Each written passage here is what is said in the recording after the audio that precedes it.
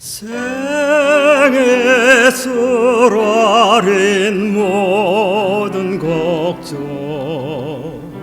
무거운 짐 모두 벗은 후에 뜨거운 대뼈과 목마름도 생애의 끝날에 축복되리. 평화가 깃드는 새 아침에 생애의 고통서 너희 막고 그리던 본향에 이르리니 찬란한 새 아침 복된 그날 축복이 넘치는 소망의 그 아침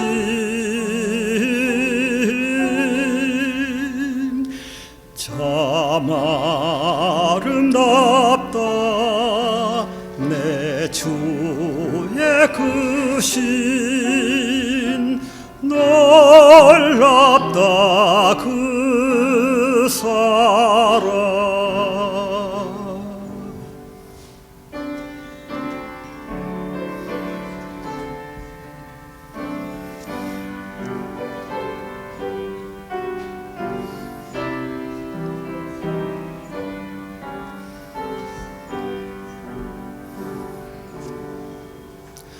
생애에 쓰라린 모든 싸움 희망과 포부가 깨어지고 영원히 싸움에 시달리니 소망의 그날이 시오리라. 평화가 깃드는 새 아침에 생애의 고통서 너희 막고 그리던 본향에 이르리니 찬란한 새 아침 복된 그날 축복이 넘치는 소망의 그 아침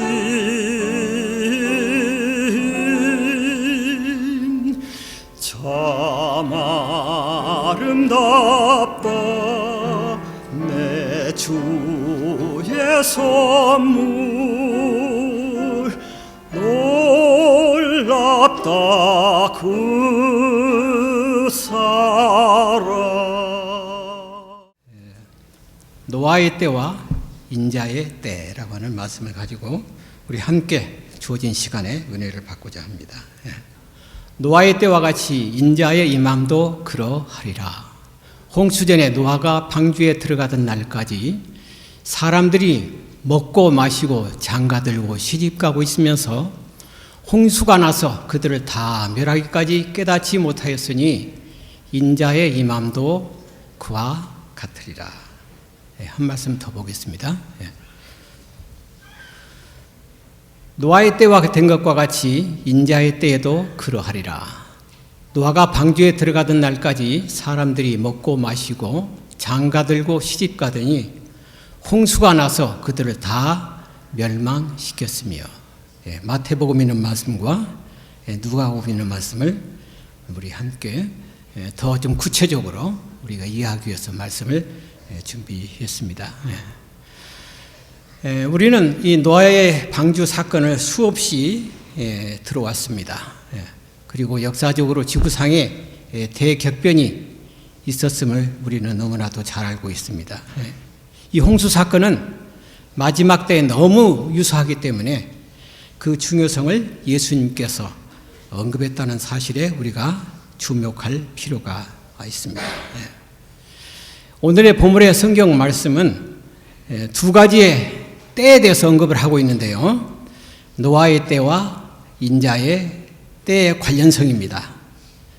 이러한 두 사건을 통해서 사람들이 멸망을 당하게 되는 주요 원인은 사람들이 그 멸하기까지 깨닫지 못했다는 그 사실에 대해서 문제가 있었다는 것입니다.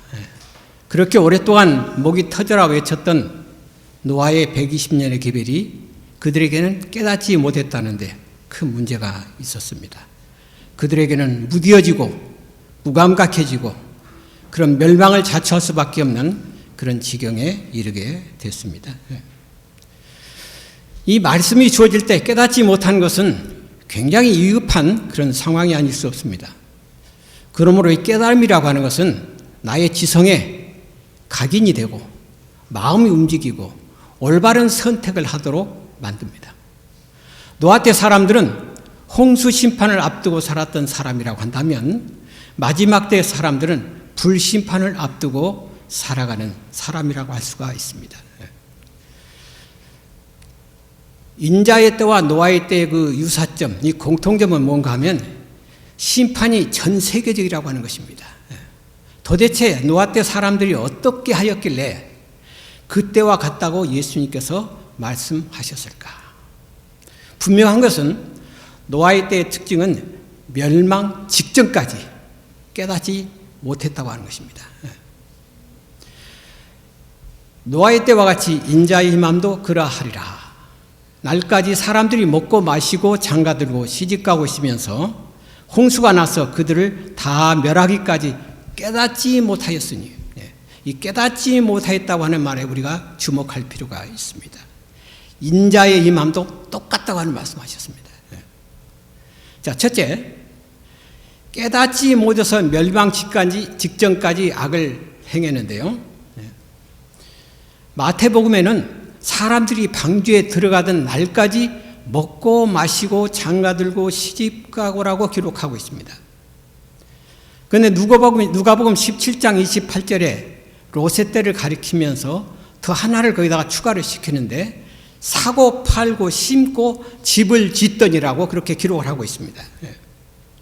정리하면 먹고 마시고 장가가고 시집가고 사고 팔고 심고 집을 짓더니라고 기록하고 있는데 이것은 사람이 살아가는 데 있어서 의식주가 필요한 것은 일상적인 우리의 삶입니다.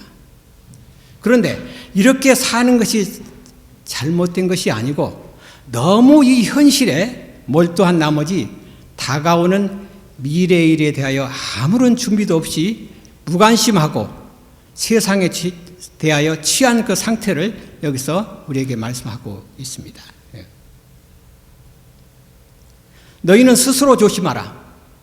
그렇지 않으면 방탕함과 술 취함과 생활의 염려로 마음이 둔하여지고 뜻밖의 그날이 덕과 같이 너희에게 임하리라. 이날은 온 지구상에 거하는 모든 사람에게 임하리라. 여기 보면 방탕함과 술 취함과 생활의 염려, 마음이 아주 둔하여져서 그래서 하나님께서 이 땅에 재림하실 때 그 날을 깨닫지 못한 채 멸망당하는 것입니다. 좀 두려운 사건입니다. 여기서 술 취한다고 하는 말은 세상적인 방탕과 탐욕을 취해서 분별력을 잃은 혼미한 상태를 말합니다. 영적으로 둔감하여 무감각하게 되고 영적 식별력은 잃게 되어 진리와 거짓을 분별하지 못하는 처참한 상태를 지적하고 있습니다. 혹 우리는 어떠하고 있습니까? 우리가 예배드리는 일, 또 성경 보는 일, 기도하는 일, 심판에 관한 말씀들을 우리가 여러 번 듣고 있고, 또 그 말씀이 우리가 얼마나 관심을 가지고 살아가는지, 그리고 모든 시간과 생각과 집중이 온통 일시적인 것에 마음을 두고 있는지, 우리가 쓰여지고 있는 시간과 관심이 어디에 비중을 두고 살아가는지, 교회에서 많은 말씀을 듣고도 전혀 감동이 없는지 우리가 한번 곰곰이 살펴보아야 될 대목이라고 생각이 듭니다. 여호와께서 사람의 죄악이 세상에 가득함을 그의 마음으로 생각하는 모든 계획이 항상 악할 뿐임을 보시고라고 기록하고 있습니다. 노아 때의 형편입니다. 마음에 하나님 두기 싫어한 그들은 얼마 안 있어서 그분은 존재까지 부인하기에 이르렀다. 그들은 하나님 대신에 천연계를 숭상하였다. 그들은 천재적인 인간을 찬미하고 자신의 손으로 만든 작품을 숭배하였고 자녀들에게 아로새긴 우상에게 절하라고 가르쳤다.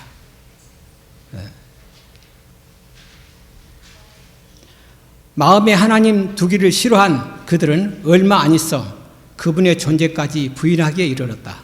그들은 하나님 대신에 천연계를 숭상하였다. 같은 말씀이죠.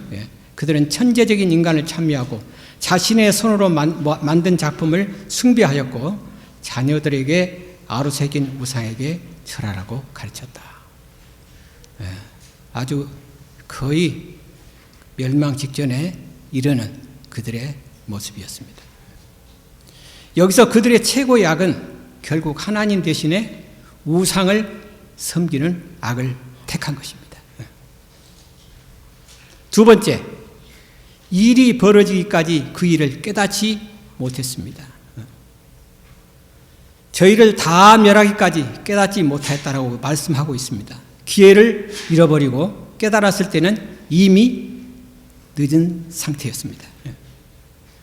마태복음 24장 15절에 예수님께서는 읽는 자는 깨달을진저 라고 말씀하시면서 일어나는 사건이 다가올 때 이 말씀을 깨닫고 서둘러서 준비하라고 말씀을 주셨습니다. 그럼에도 불구하고 멸망 직전까지 충분한 기회를 주었음에도 그들은 돌이킬 수 있는 그런 지경에 있지 않고 심판을 그들이 당할 수밖에만 그런 위치에 서 있게 되었습니다. 세 번째는 죄의 내용이 같습니다. 사람들이 먹고 마시고 장가들고 시집가고, 여기에 먹고 마시고라고 하는 말씀은 식욕의 부절제입니다. 식욕의 부절제로 인해서 오는 폭식의 결과는 정욕과 직결되어 있습니다. 소돔의 멸망의 원인을 성경에서 이렇게 말하는데요. 내 아우 소돔의 죄악은 이러하니 그와 그 딸들에게 교만함과 식물의 풍족함과 태평함이 있음이며 또 그가 가난하고 궁핍한 자를 도와주지 아니하였다라고 그 이유를 밝히고 있습니다. 소돔성이 멸망한 그 큰 원인은 그 중에 식물의 풍족함이었습니다. 그리고 태평함으로 폭식과 성적 부도덕으로까지 이어지는 그런 문란에 이어지게 되었습니다. 결국 그들은 일부 다처의 사상이 팽배하게 되고 도덕적인 부패로 깊숙이 빠져들게 되었습니다. 결혼관계나 재산의 소유권도 존중되지 않았다. 이웃의 아내나 소유물이 탐이 났을 때 누구든지 폭력으로 빼앗았으며 사람들은 그들의 난폭한 행위를 의시되며 자랑했다. 그들은 동물을 죽이는 일을 낙으로 삼았다. 그리고 육식을 함으로 그들은 더욱더 잔인하고 피에 굶주리게 되었다. 그리하여 마침내 그들은 인간의 생명을 놀랍도록 대수롭지 않게 여기게 되었다. 부조와 선지자의 말씀입니다. 먹고 탐하는 죄로 인하여 영적으로 하나님과의 관계가 멀어지게 되었습니다. 그리고 성품은 지약적인 욕망과 난폭함으로 동물적 기질로 점점 빠져들어서 하나님의 영적 기별이 주어져도 그들은 깨닫지 못하는 그런 마비 상태에 이르게 되었습니다. 영국의 유명한 목사 스펄전은 이렇게 말했습니다. 나는 전도할 때 수천 명의 사람들이 회심하는 것을 보았으나 탐욕이 가득한 자가 회심하는 것을 보지 못했다라고 역설을 했습니다. 그만큼 자기 자신을 다스리지 못하는 탐욕이 결국 자기 자신을 삼킨다는 진리를 깨닫지 못하고 모든 것을 자기 욕심으로 채우는 일로 인하여 멸망을 자초하게 만들었습니다. 이 마지막 시대에 왜 하나님께서 이 마지막 시대에 건강기별을 우리에게 주셨을까요? 하나님께서 건강기별을 주신 목적은 성경에서 말씀하신 건강한 음식을 취함으로 하나님과의 영적 관계를 갖게 만들고 깨끗한 지성과 감성, 올바른 의지력과 판단력으로 우리의 뇌가 지속적으로 하나님과의 교통을 할 수 있는 통로와 환경을 만들기 위함이었습니다. 제7 안식일 예수 재림교회는 마지막 시대에 살아가는 모든 사람들에게 올바른 음식을 먹고 건강 생활을 할 수 있도록 하기 위하여 뿐만 아니라 가정의 건강을 위해서 많은 서적들을 출판하여 무너져가는 이 시대의 가정들을 건강한 가정으로 세우기 위해 힘쓰는 교회입니다. 다른 교회에서는 전혀 이것을 흉내낼 수 없는 그런 귀중한 진리를 저희 교회는 가지고 있습니다. 우리의 몸은 먹는 것으로 구성되어 있습니다. 하나님께서 육체와 정신이 분리될 수 없는 한 유기체로서 육체가 병들면 자연적으로 정신도 병들게 되어 있는 그런 존재로 창조하였습니다. 따라서 무엇을 먹느냐에 따라서 품성이 결정되는 것이고 형성되어지는 것입니다. 그러므로 식탁은 매우 중요합니다. 그 사람을 알려면은 식탁을 보면 알 수 있다라고 한 현인은 그렇게 말하고 있습니다. 건강 음식을 먹고 오래 사는 것이 목적이 아닙니다. 하나님께서 구별하여 주신 건강한 음식을 먹고 가능한 질병이 없이 건강한 몸으로 건강한 생활을 할 뿐만 아니라 건강한 몸으로 하나님께서 말씀하신 직분과 전도의 사명을 열심히 할 수 있도록 하기 위해서 이 기별을 주신 것입니다. 그런데 노아 시대 때 사람들은 그렇게 살지 않았습니다. 그들이 잘못된 음식을 먹고 마심으로 탐욕과 정욕으로 하나님께서 큰 제도로 주신 가정을 시집가고 장가가는 정상적인 가정제도를 일부 다처로 만들어 버린 것입니다. 네 번째, 갑자기 멸망당한 것이 아니고 충분한 시간과 기회를 주어서 경고하였습니다. 노아는 10년 동안 목소리를 외치고 방주를 짓는데 망치 소리를 그들의 죄악성을 책망하며 하나님을 두려워하라고 외쳤으나 죄를 짓는 일에 더욱 담대해졌습니다. 영국의 왕들과 위대한 사람들이 죽으면은 안장되는 그 웨스트민스터 대사원에 가면은 로렌스 경의 그 기념비가 있습니다. 그런데 그 기념비에 이렇게 기록되어 있습니다. 이 사람은 하나님을 매우 두려워하며 살았기 때문에 사람들을 거의 두려워하지 않았다라고 적혀 있습니다. 노아 시대 사람들은 거의 두려움 없이 우상을 숭배하기까지 아주 최밑바닥까지 떨어져가는 그런 모습이었습니다.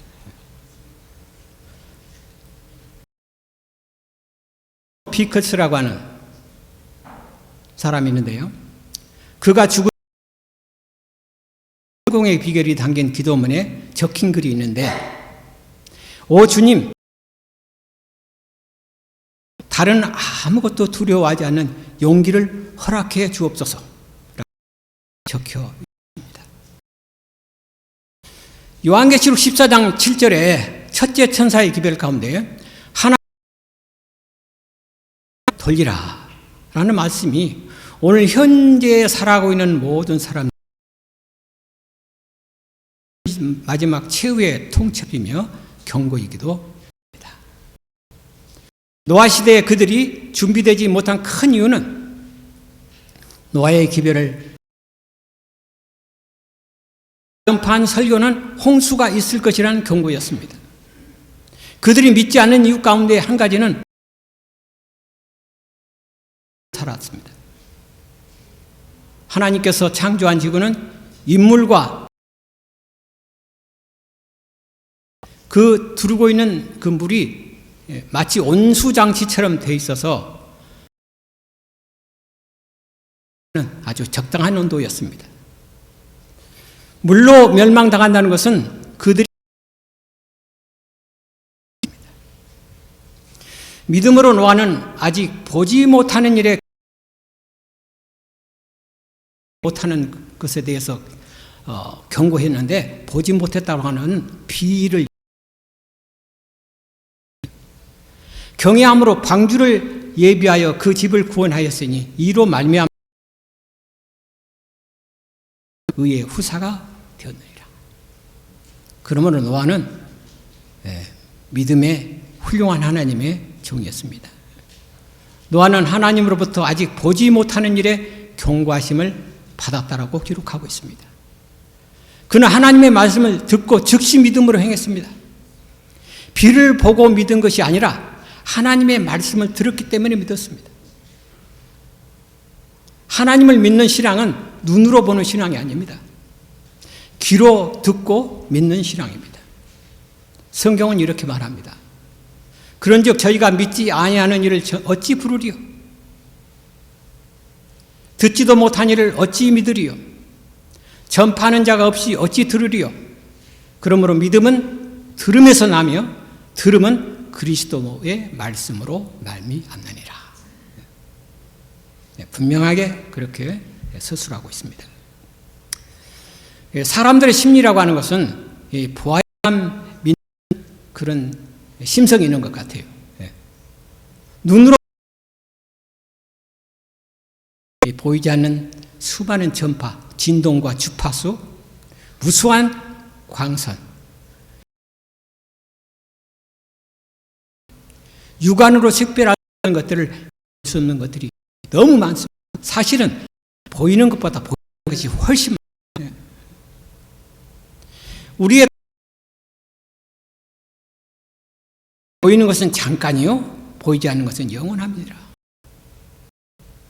만물이 그에게 창조되되 하늘과 땅에서 보이는 것들과 보이지 않는 것들과 혹은 보좌들이나 주관자들이나 정사들이나 권세들이나 만물이 다 그로 말미암고 그를 위하여 창조되었고, 오늘날도 마찬가지입니다.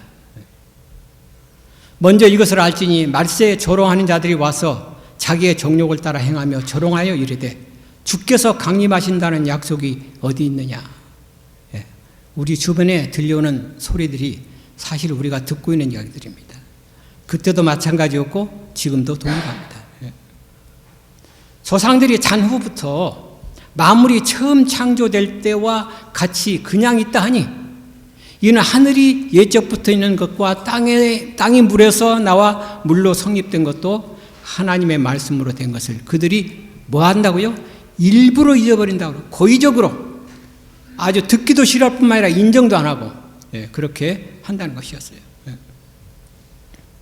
이로 말미암아 그때 세상은 물의 넘침으로 멸망하였으되 이제 하늘과 땅은 그 동일한 말씀으로 불사르기 위하여 간수하신 바 되어 경건치 아니한 사람들의 심판과 멸망의 날까지 보존하여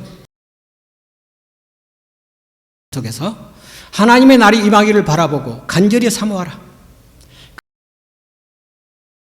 그리고 물질이 뜨거운 불에 녹아지려니와 우리는 그의 약속대로 새 땅을 바라보도다. 베드로는 우리 말하고 있습니다. 그들이 준비하지 못한 치명적인 오점은 결국은 믿음이 없었기 때문에 있었을 것이었을 겁니다.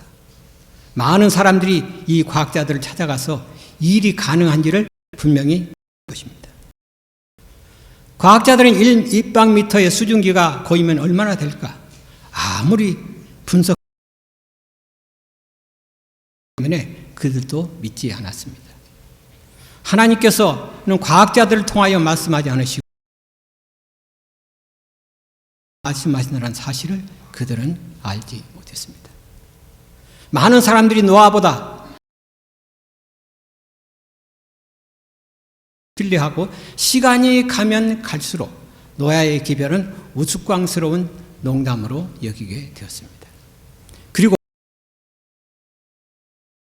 알고 시작했습니다. 처음에는 어떤 사람들은 노아를 믿었지만은 점차적으로 시간이 지나면서 다른 사람들과 합류하기 시작했습니다. 그리고 시간이 흘러서 곧 끝 무렵에는 그들 모두 노아를 미친 광신자로 또 환상적인 사람으로 비과학적이며 자연법칙에 어긋난 일을 하는 미치광이 신자로 취급을 했습니다. 그러나 노아는 120년간 자기 인생을 여기에 다 바쳤습니다. 자기 가산과 명예를 걸었습니다. 하나님께로부터 인정받은 노아는 하나님으로부터 많은 은혜를 입었고 당대의 의인이요 완전한 자였고 그는 하나님의 동행한 하나님의 기별자였습니다. 가진 것 모두를 방주되는 일에 시간과 체력을 다 들였습니다. 그런데 미국 역대 대통령들이 가장 두렵고 불명예스럽게 생각하는 것이 있는데 그것은 뭔가 하면 재임 중에 돈과 여자의 그 도덕성 문제로 인해서 일반 여론들을 굉장히 중요히 여겼기 때문에 이 문제에 있어서는 굉장히 조심을 했습니다. 그런데 우리 예를 들자면 링컨 대통령은 미국의 16대 대통령입니다.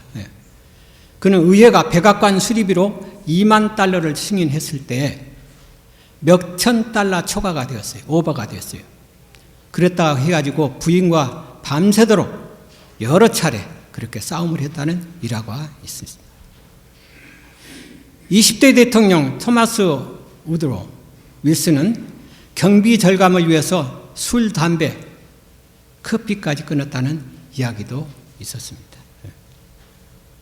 31대 헐버트 크락 후보 대통령은 봉급 전액을 국고에 귀속시킨 일이 있었고 35대 존 케네디는 취임 당시 그의 재산 1천만 불이 있었는데 대통령 재임 시에 단체에 기부하였습니다. 이렇듯 세상 정치 청렴한 삶을 보여주고 후대에 명예로운 이름과 좋은 평판을 남기기 위해 노력을 했습니다. 그래서 사력을 다하여 그의 삶을 다 쏟아붓고 하나님께 매인 삶이었기에 가에 주셨습니다.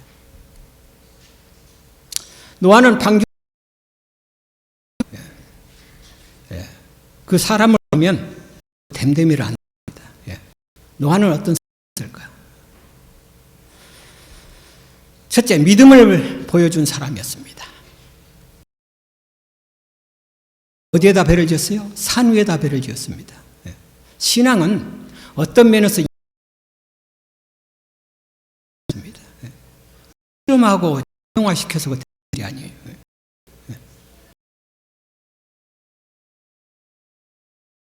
지었습니다. 엉뚱한 짓을 했다고 생각이 들 겁니다.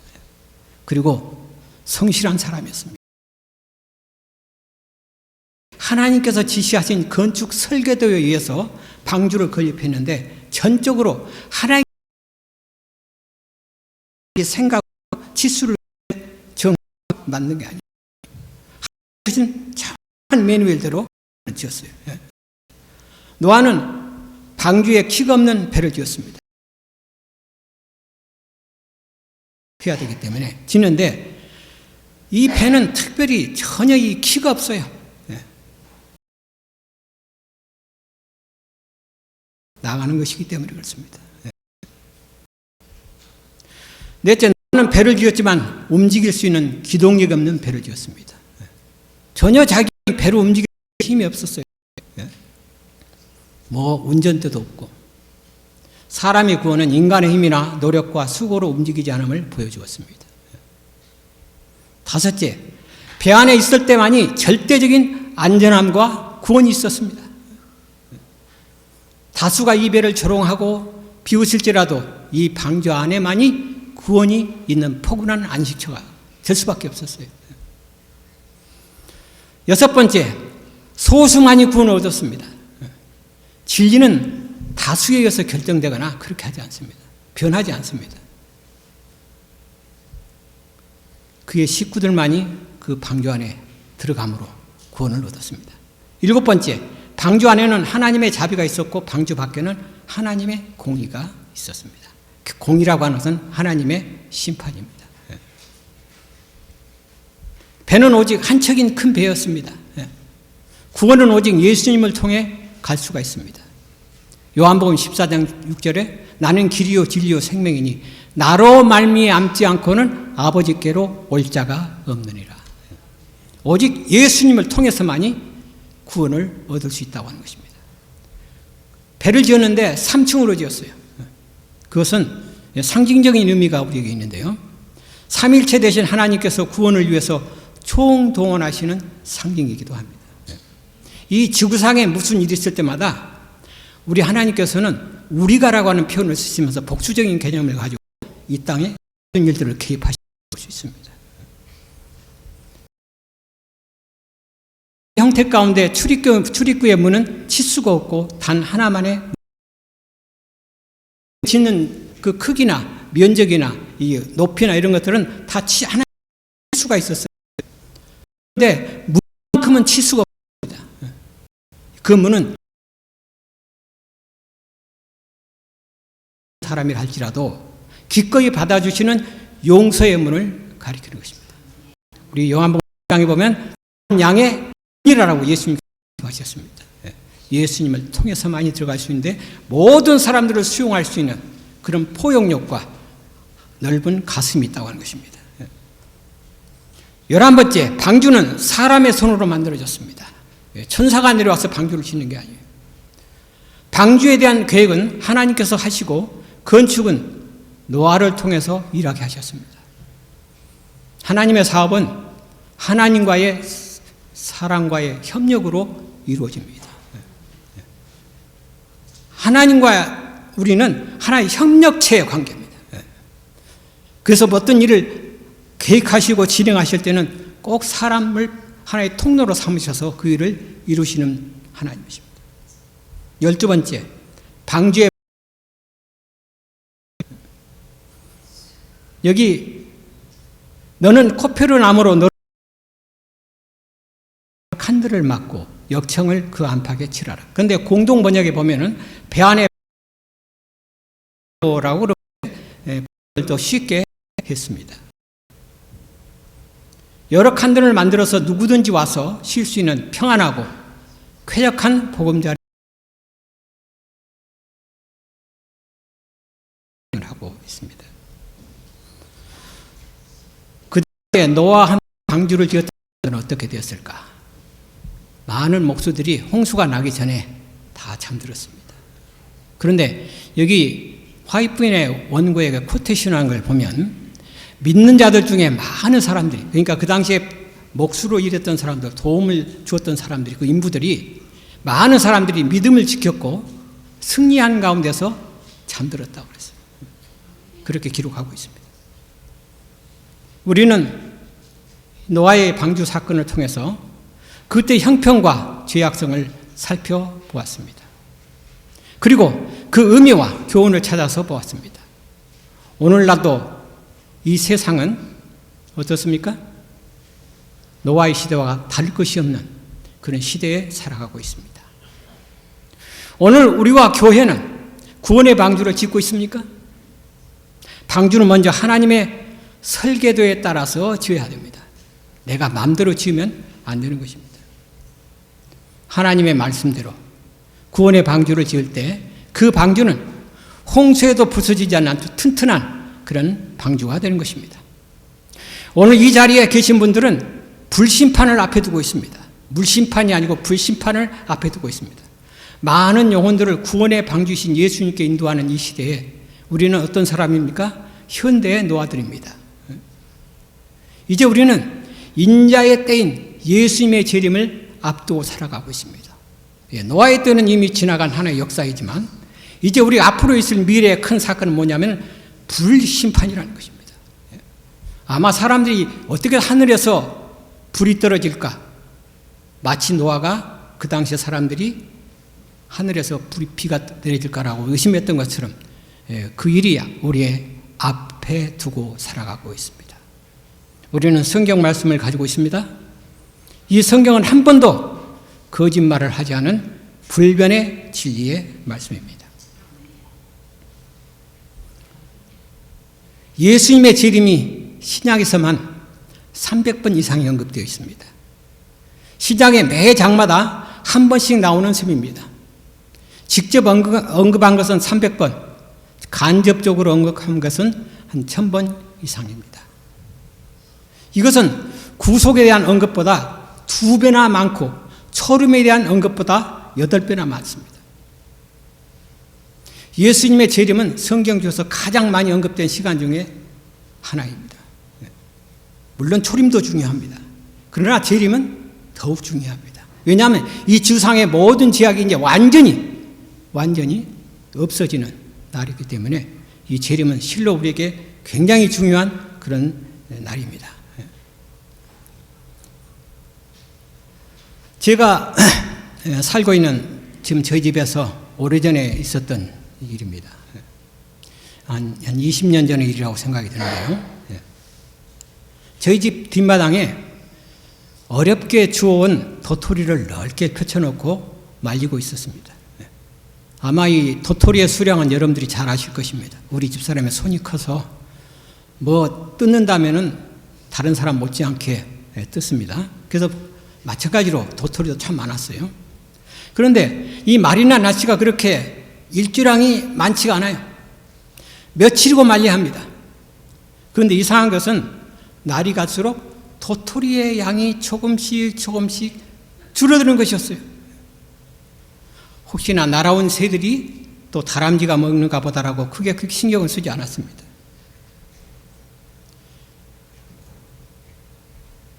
어느 날 차고에 있는 세탁기에 있는 세탁물을 끄집어내서 드라이브에 집어넣고 돌렸습니다.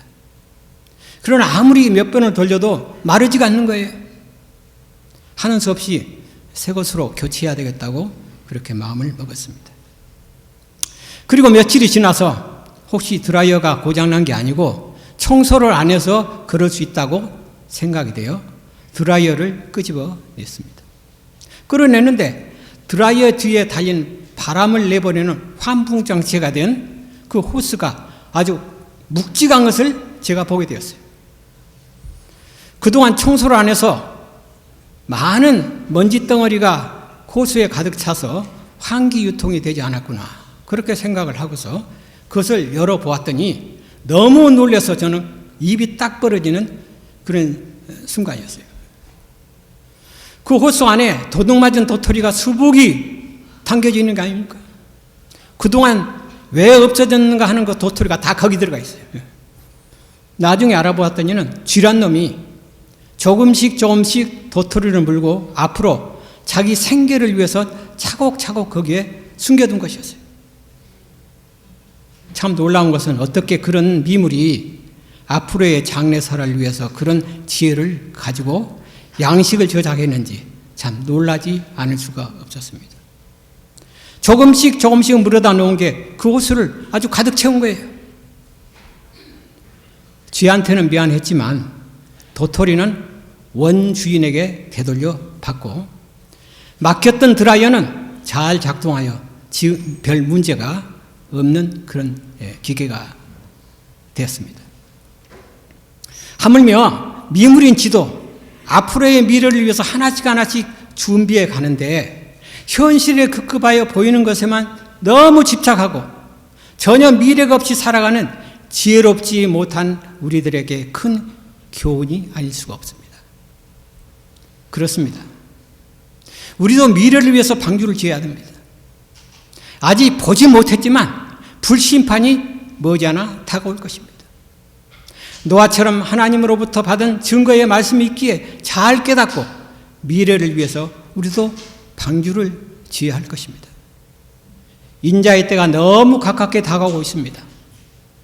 노아의 시대처럼 점점 더 세상이 부패하고 포화감이 가득해지는 이 시대에 그래서 우리는 재림 신자로서 그 사명을 자각하고 창세기 6장 7장에 언급된 노아가 하나님이 명하신 대로 다 준행하였다라는 말씀처럼 잘 준비된 현대의 노아가 되십시다.